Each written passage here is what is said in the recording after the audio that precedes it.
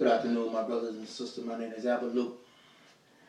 Last night, watching the news, I saw some stuff that made me want to get up and do a video today. One was Al Sharpton being an informant for the CIA and the FBI. The other one was a black man serving 25 years in prison for a crime that he did not commit. I want to talk about Al Sharpton first as being a leader for black people in the United States of America. Al Sharpton have did as most of our leaders have done, falling short of helping us to get where we need to be. Al Sharpton helped them to lock up black people as well as white mafia. Al Sharpton did the same thing that Jesse did. Took the bribe. Jesse Jackson took his first bribe in 1968 when he told him that he would hand Martin Luther King over to be killed. Jesse Jackson knew what was going on before anyone else knew what the murder was. As you saw, Jesse Jackson step back to get him a quiver to shoot Martin Luther King. Al Sharpton did the same thing in 2014. He stepped back under the table and took a bribe to bring down some great, powerful black people in America. Now we have our leaders and our preachers that are preaching of this good word every Sunday, how to get along. Well, unfortunately, God didn't get along with his enemy. That's why he's no longer in heaven.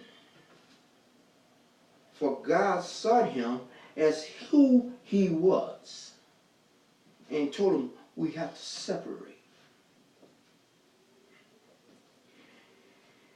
Today we don't want to separate, we want to join on with our enemy.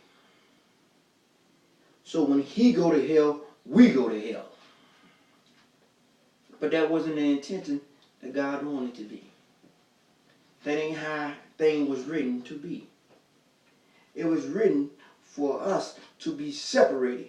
That's why day and night do not stand together, because it had to be separated. That's why you can't live under the sea and the fishes can't live on top of the earth, because God said it must be separated. I say to you today, if you don't know how to separate from your enemy, then your enemy will take you to hell. Now, this white man, over the years, got a little trickier than what he used to be. First he had you as a slave, then he brought in the Ku Klux Klan, then he brought in the drugs. When all of that failed, he took his white woman flat behind her ass and put her in front of the black man and made him weak, not waiting to fight for what he know was right, because he have his white woman, so he thinks he's free. Now let me talk about the gentleman that spent 25 years in prison for a murder that he did not commit. His mother had papers show that they was in Florida at the time of his killing. But yet, this man still served 25 years of his life in prison. Now, no amount of money would justify the time that he spent in prison or the horror that he had to see. But it goes to show that the American justice system is not for you as a black person. My teacher said one day, America is not for the black and the poor. It is for the rich and the privileged. Black man didn't have no money to get a great lawyer to fight his case, so he spent a quarter of his life behind bars, because the white justice system is not for us.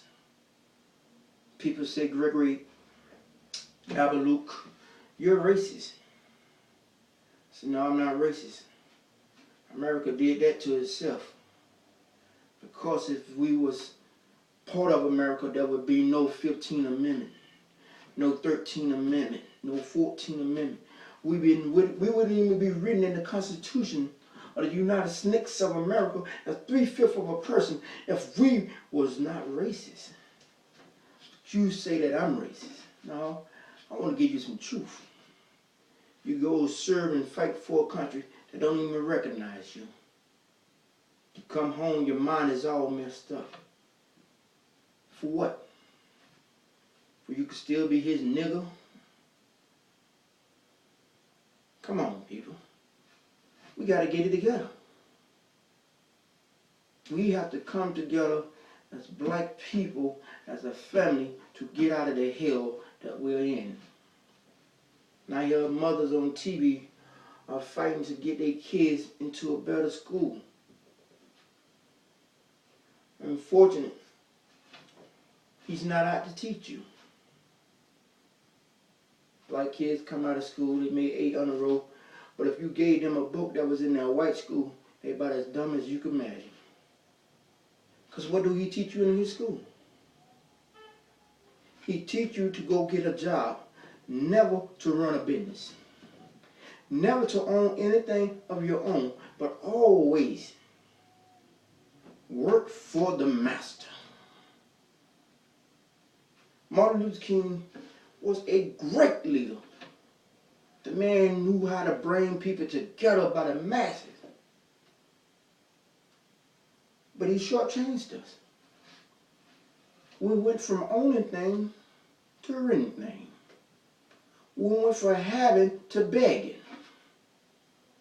I take nothing from him, but he shortchanged us. Just as Al Sharpton did. Just as Jesse Jackson. And the people that knew how to get us from point A to point B, we shut them down. Because the white man told you that they were racist. They are bigot. Or they hate the Jews. They are against America. So we don't bite them. I'm not bite by a church or any organization that deal with the government where I have to be quiet.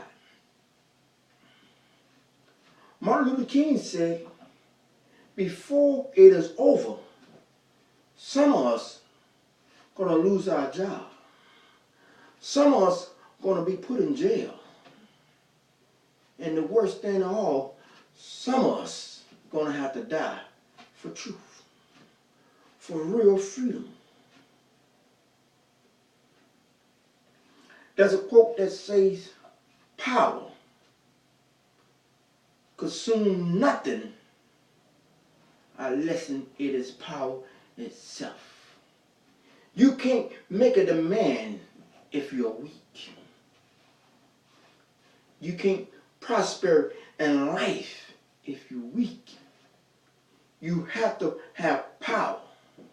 And the only power that black people got is backed up by God himself.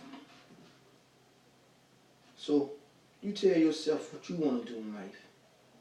But if you don't end this war now with you that's grown up, your kids will be fighting this war or they'll be enslaved.